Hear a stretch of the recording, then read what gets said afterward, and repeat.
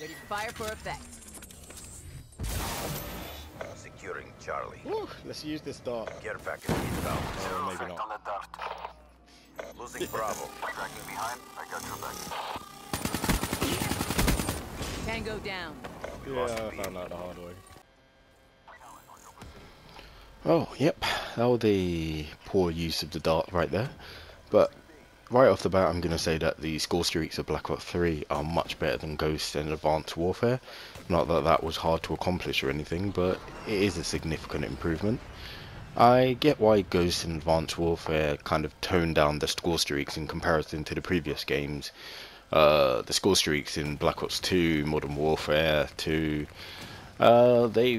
they were crazy, they were nuts. You had the Pablo, the Harriers, the AC-130 chopper gunner, the lightning strikes in Black Ops 2, the Lodestar VTOL warships, all them lot, they were just absolutely nuts, and something had to be done, and they had to sort of make them sort of underpowered or whatnot. But for me, Ghosts and Advanced Warfare just kind of made them a little bit too boring, or they were just not worth the points needed to get them. I mean, if you look at the Loki and the Juggernaut from Ghosts, they were just worth too many points for something that just did not get you that many kills, and there was no point in even using it. You're more effective using something like the IMS or the Dog.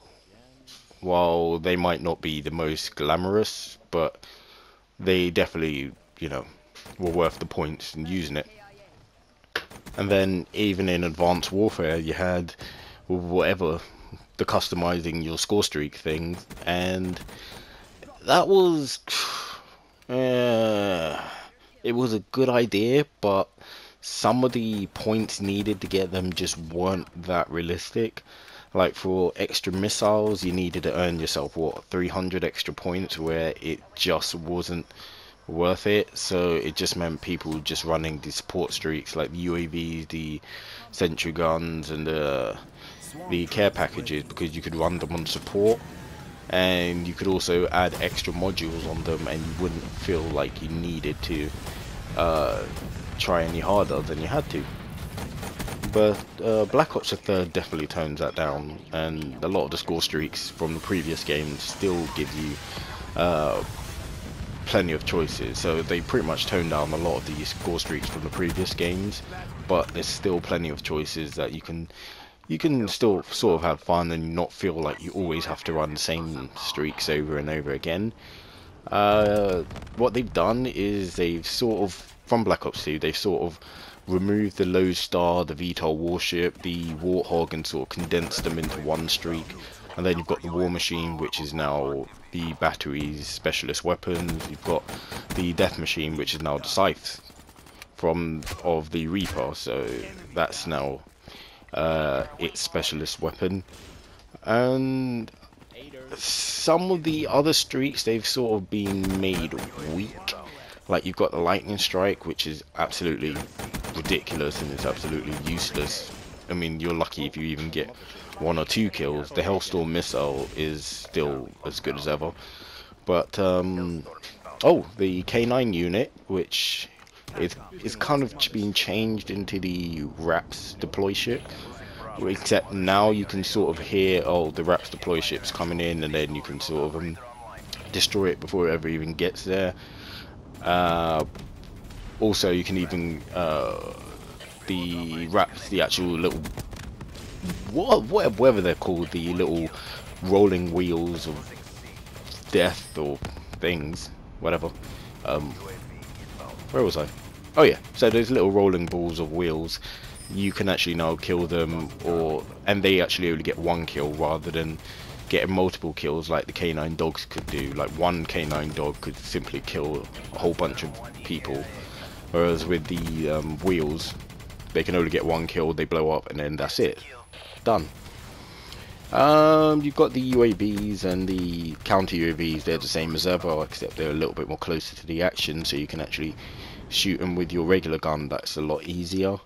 We've got the care package, which is always going to be the care package. I'm never going to like the idea of the care package, but it seems as if the odds have been altered with somehow, so the high-end score streaks don't appear as often, and I don't think you can earn a mothership with one, which is actually a good thing.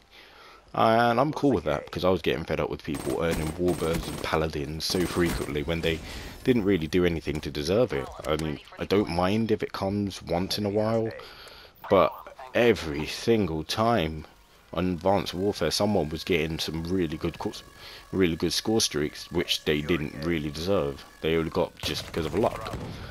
Some streaks have now been readjusted, like the RCXD is now the HCXD, so it can now hover on walls and all that. The Hunter Killer drone is now the Dart, which you saw in the intro, and that is good and bad because you can fly it around.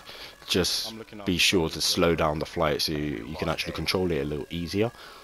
And it's actually pretty good because now you can start firing on people, and then it will just sort of launch missiles to blow them up. And not only that, you can also lock onto score streaks of your own choice. So it has its advantages and disadvantages from the Hunter Killer of the Black Ops 2.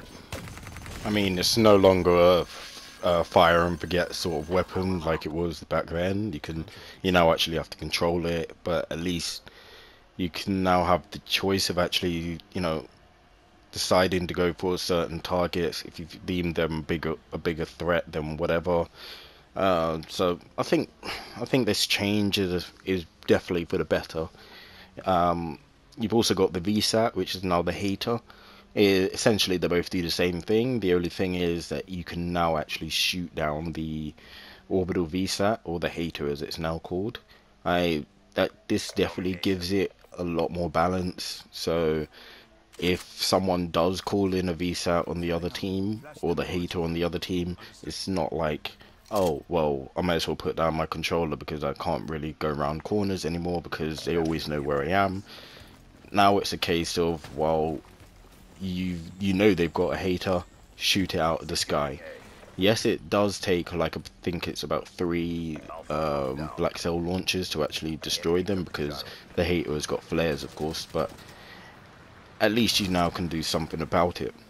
We've also got the power core as well. That's been changed, so that used to be the EMP, or at least it's a kind of EMP effect. It kind of diminishes the effectiveness of the opponent's thrust movements and all that sort of stuff. But the downside, I haven't actually used it myself, but I'm not sure, because people keep seeming to put it right next to the domination flag, which I've never really understood why they do that. I don't know whether there's limited spaces where you can actually put down the power core, but it would make sense for you to put it as far away of the enemy as possible so they can't destroy it. Because I think there was one game where someone called it in and I just happened to have the Tempest and I just shot it out straight away. So I don't know whether they earned that via a care package or the hard way, but if they earned it the hard way, well, I'm sorry, but I just destroyed it straight away. So then you've also got stuff like the Guardian, which actually takes more bullets to actually destroy. That actually caught me off guard one point when and this guy with the reject, and I get him. Double points for me. Not OP. Anyway, but yeah, the Guardian, it actually caught me off guard one point when I was trying to actually destroy one of the Guardians, and I know in Black Ops 2 it just takes a full clip and then that's it, it's gone. Or even in Advanced Warfare we can melee it twice and then yet it's gone. But in here it was not exactly the case. I had to unload quite a load of bullets into it and before it actually went, which kind of caught me off guard, got me killed in the end. But yeah, you've got the Mothership as well, which lasts for 90 seconds and it's a long time in Call of Duty time, and it does require teamwork to bring it down. The only thing that I don't like about it is the fact that the bullets don't actually cause splash damage, which is kind of a problem, especially with lag compensation in this game. Well, the lack of lag compensation when you're in kill streaks, because you could be firing at someone who's running laterally, but you won't hit them at all, which is kind of strange. But yeah, that's why splash damage kind of needs to be brought in through the mothership, but we'll see. Anyway, all in all, the score streaks just need to be fun, because that's just one of the pillars of Call of Duty. If the score streaks aren't fun, you aren't going to have fun when you get in them. It's just going to be boring UAV counter UAV city, and that's kind of a bad thing. Anyway, that's about it, and take care of yourself and keep being you.